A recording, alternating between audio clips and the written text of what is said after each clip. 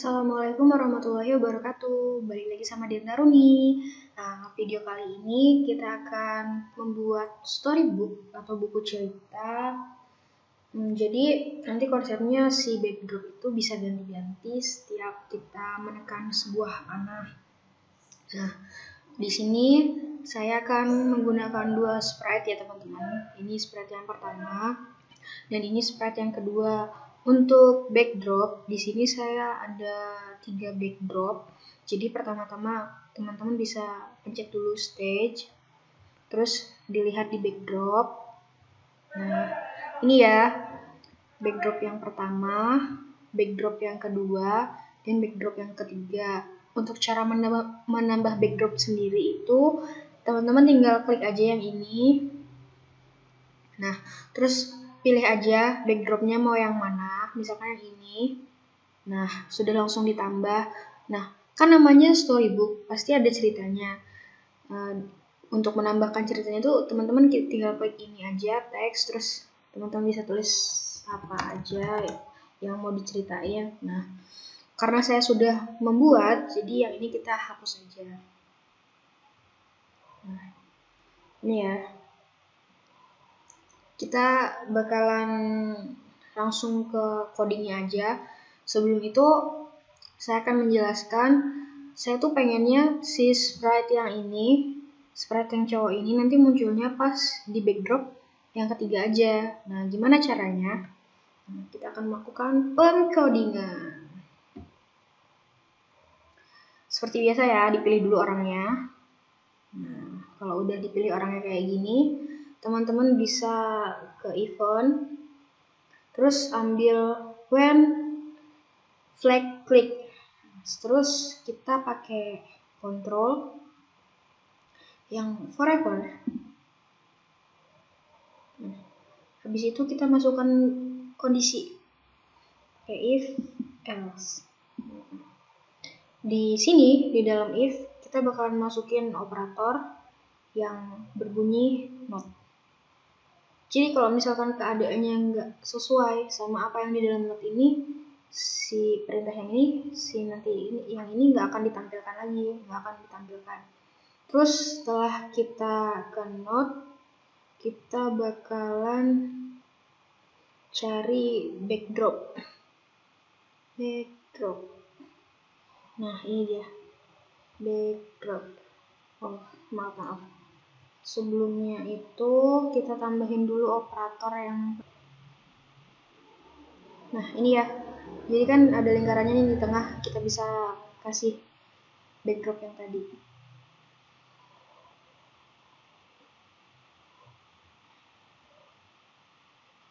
Backdrop ini kita biarkan aja setnya number. Terus karena saya mau memunculkan si karakter ini di backdrop ketiga, jadi angka 50 ini diganti aja dengan angka 3. Nah, setelah itu apa yang terjadi ketika animasi ini berjalan menampilkan backdrop nomor 3, maka itu dia akan menampilkan di hide dan di show. Jadi biar lebih jelas lagi gini, kalau misalkan kondisinya nggak sesuai sama yang di dalam sini, berarti dia di hide. Tapi kalau misalkan kondisinya sesuai di sini, itu nanti dia ditampilkan. Nah, sudah ya. Untuk yang sprite ini kita tinggalkan dulu. Terus kita beralih ke sini, ke backdrop. Klik dulu stage. Nah, terus habis itu kita lakukan pengkodingan. Yang pertama sama pakai control dulu. Pakai event when flag click. Nah, setelah itu kita akan switch backdrop. Kan biasanya kan kalau seperti itu kan berhenti di situ, ya udah tampilannya itu. Jadi di sini saya pengen biar backdropnya tuh kembali lagi ke awal. Kita pakai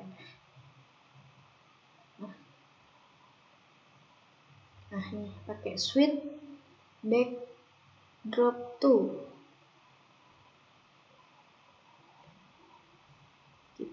pakai yang ini ya, bedroom. Nah, berarti nanti teman-teman perhatikan juga nama backdropnya biar nggak lupa.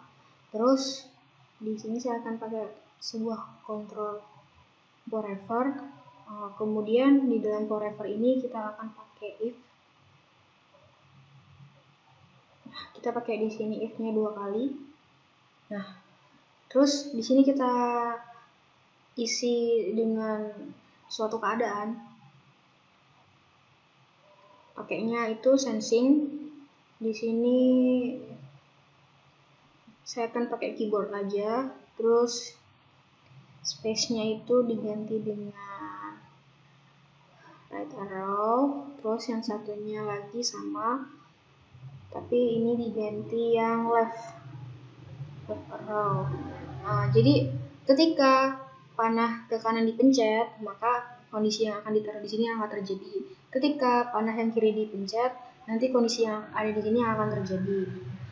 Kondisi seperti apa yang akan terjadi karena kita pengen memindahkan backdropnya, jadi kita pakai yang looks, terus di next backdrop.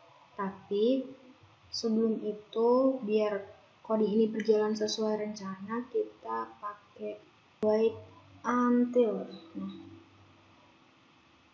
kita tunggu dulu. Terus kita masukin lagi operatornya. Pakai operator not lagi. Habis itu kita masukin lagi sensing. Oke.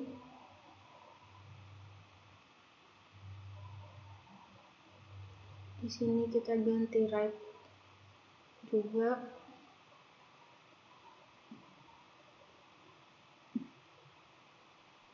Untuk yang bawahnya sama ya.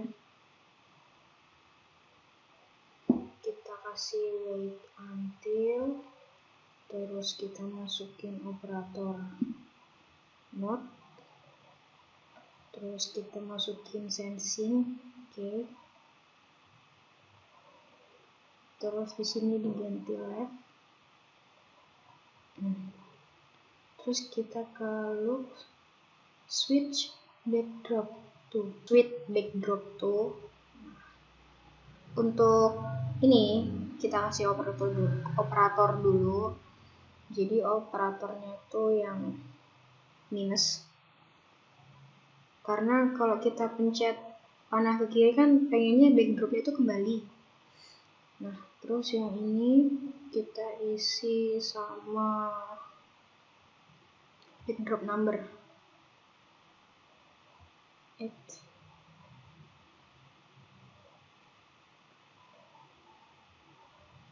Nah, terus di sini dikurangkan dengan 1.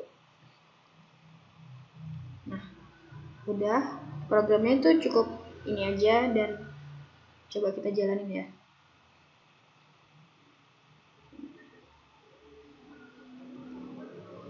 Nah, jadi gini teman-teman programnya.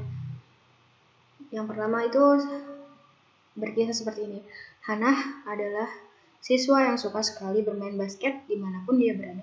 Ketika saya pencet panah ke kiri, nah jadi si backdropnya itu ganti.